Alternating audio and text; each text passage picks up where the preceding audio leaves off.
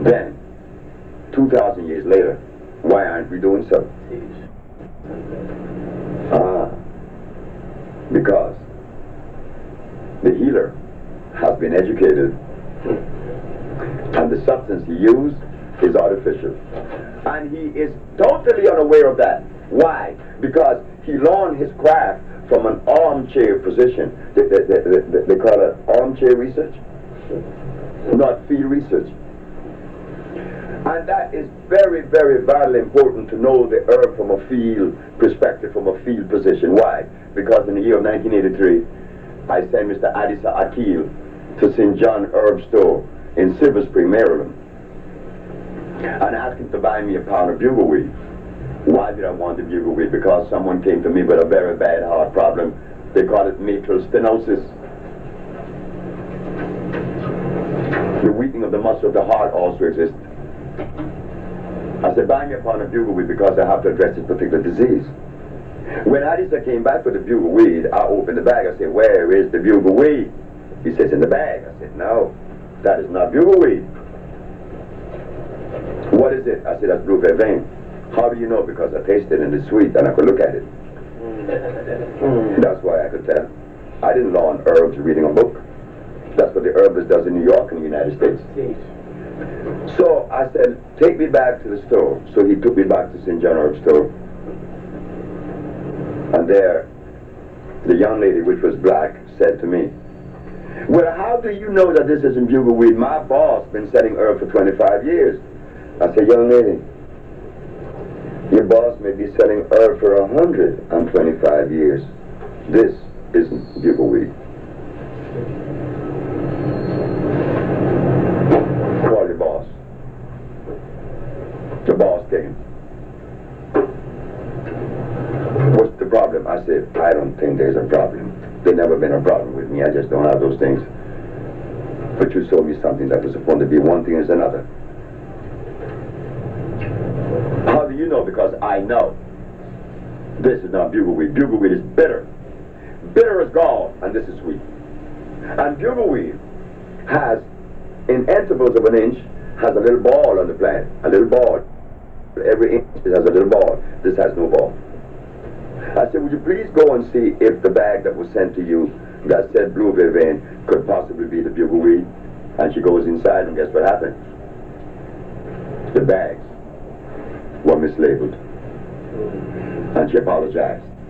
But if I had not known about the herbs and learned about them in the proper way, she would have snowed me. I could give anybody in New York any herb and say it's this or that. They don't know. Because the very herbalists, when I came to New York just 15 years ago, one day telling their recipients to drink carrot juice, didn't they tell the recipient to take golden seal? Well, when you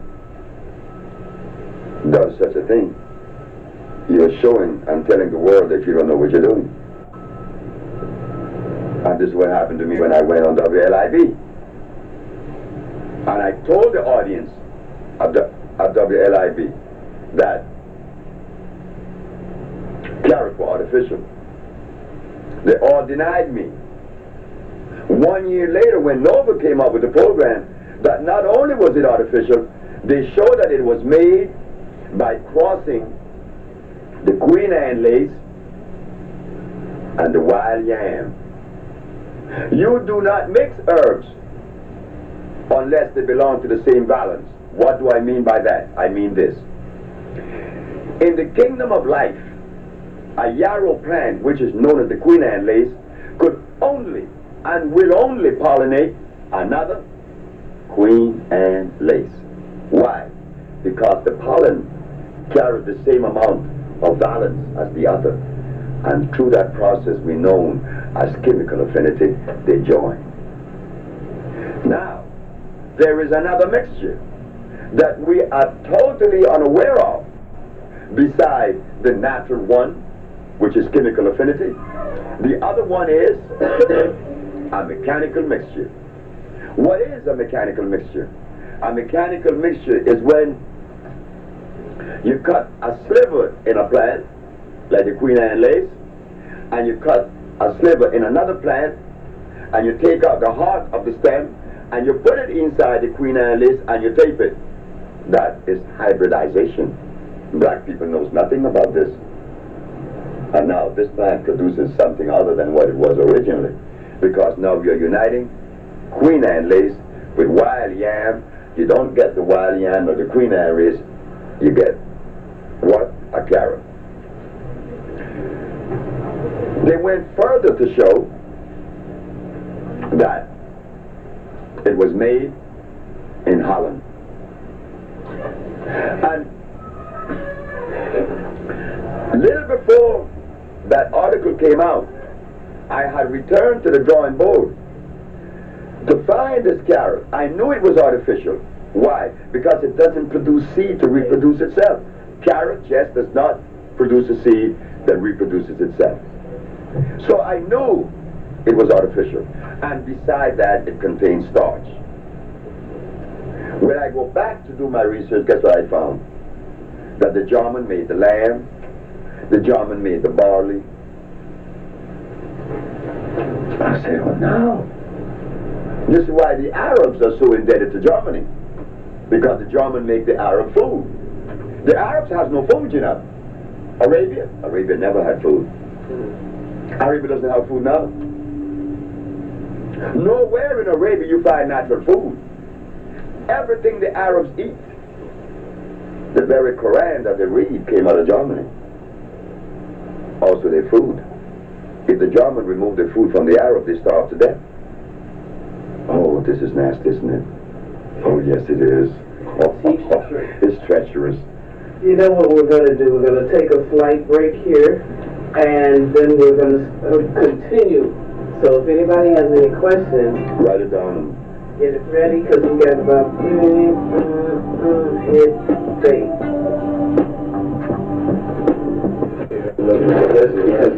What can they go what? They never had anything after in Arabia. He continued on. And what was that last point that you were making? Or does anybody know? Or is there a question? All about the Arabs. Arabia has no food. You see, many of us blacks hold the Arabs supreme. Not in my book. Because how could someone eat and be smart when the very food that you eat influences the brain to allow you to think? And if you eat the wrong food, you're going to think the wrong things. And that, again, is common sense. If you take a diesel automobile and put in it gasoline, what happens? It can run. It cannot run. If you just put gasoline in a diesel engine? Oh, no, I didn't hear that part. You can't. No. So the human body responds the same way. The black race has never had anyone to really show us what we should or should not eat. The only man that came was messenger of Honorable Elijah Muhammad. The only man that said, stay away from the pork. And when I, Sebi, sat and ate with the messenger in his house on 3837 South Woodlawn Avenue in Chicago, the messenger personally told me and Brother Harry Nance from New Orleans that we should not be eating meat at all. Well, and we should not be eating anything on this menu because it is poisonous to us. But if he, the messenger of Allah, Elijah Muhammad, had told the black race of the United States to stop everything, who would listen then? So he had to he couldn't cold turkey us. He was very intelligent. He removed the pork. And just by removing the pork and many other little things, they rebelled and they said they wasn't going to jump to eat the pork. Telling us that we have been conditioned. I don't think of brainwashing. I'm talking about that conditioning. They have made us addicts.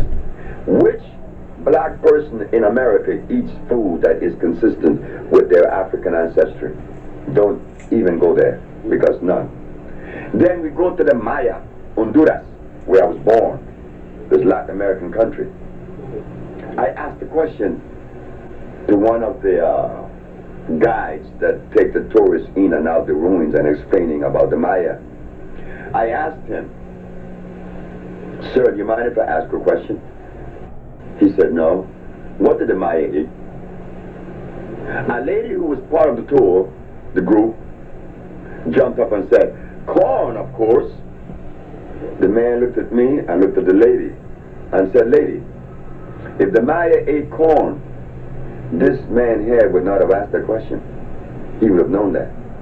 So there is something about that corn that we have to question."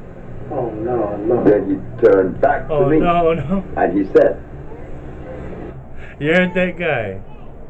Oh, no. I had many girlfriends that you tell them about corn, they're like devastated because that's what we grew up with.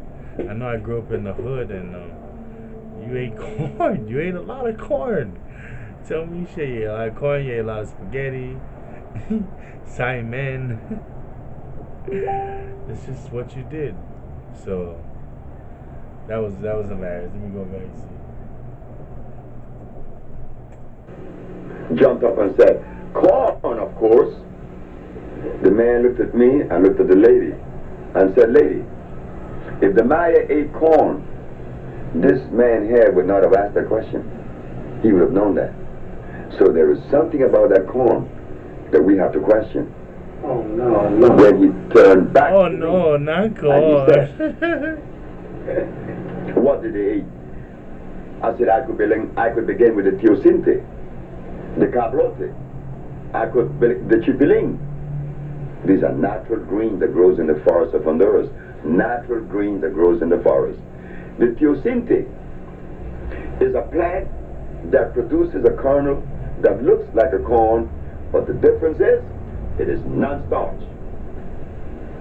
They make the tamales from the teosinte, and they mix the chipiling in it, which is a green, and they make these tamales, and they still do it in Santa Rosa de Copan.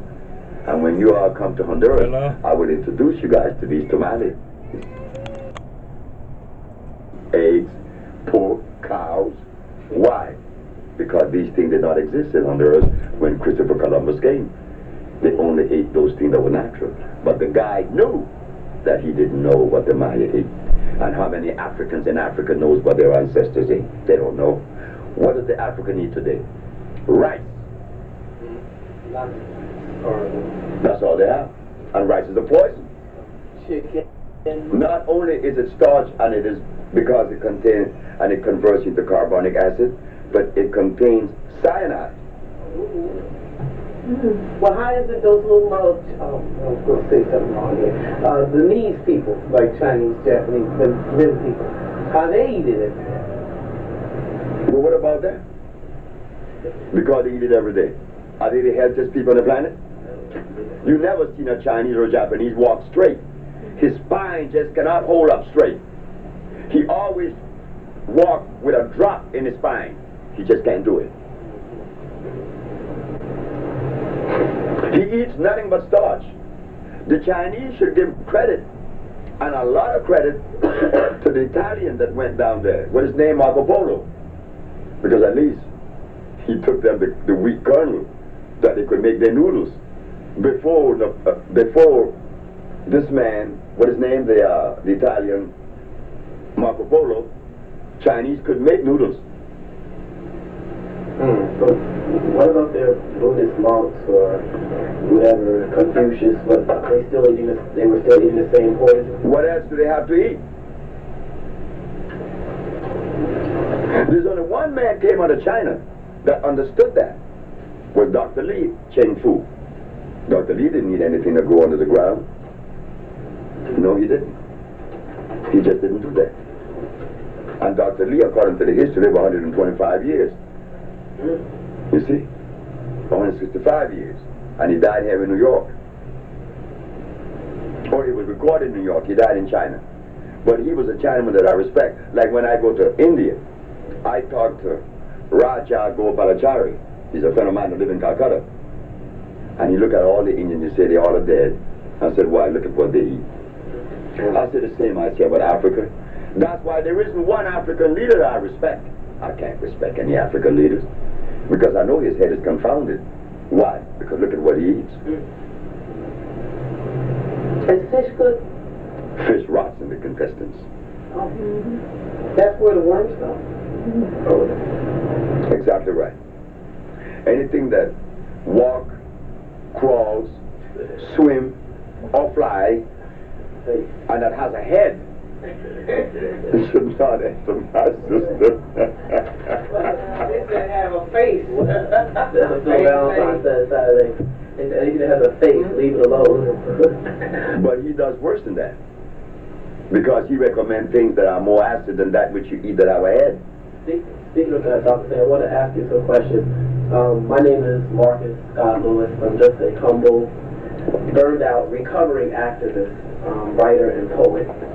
And the questions I would like to ask you is, with this New Age movement out here, with all these European herbologists and all these writers, do you would recommend any of these books or any of these teachings? Now everyone's going back to nature, quote unquote, and heading to all these herbology stores and all these products and things. Our people are still confused because of lack of the correct information and misinformation which we receive.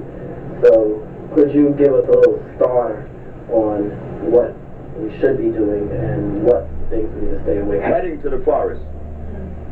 All right. Heading to the forest with someone that came from the forest. That we have not had. Because some of the best advisors in the United States, counselors, nutritionists, and doctors, trained our brother by the name of Dick Gregory. All right now. Well, did he recommend the Bahamian diet? The answer is yes. And what did the Bahamian diet consist of as a base? Soybean. And didn't Mr. George Washington Carver made plastics out of soybean? Yes. So how could he give us the Bahamian diet that is soybean based in the name of nutrition? But we cannot blame Dick Gregory, because he's our brother, and I know he loves us and we love him. But he was ill trained. The student could only regurgitate that which was learned from the teacher. And if the teacher is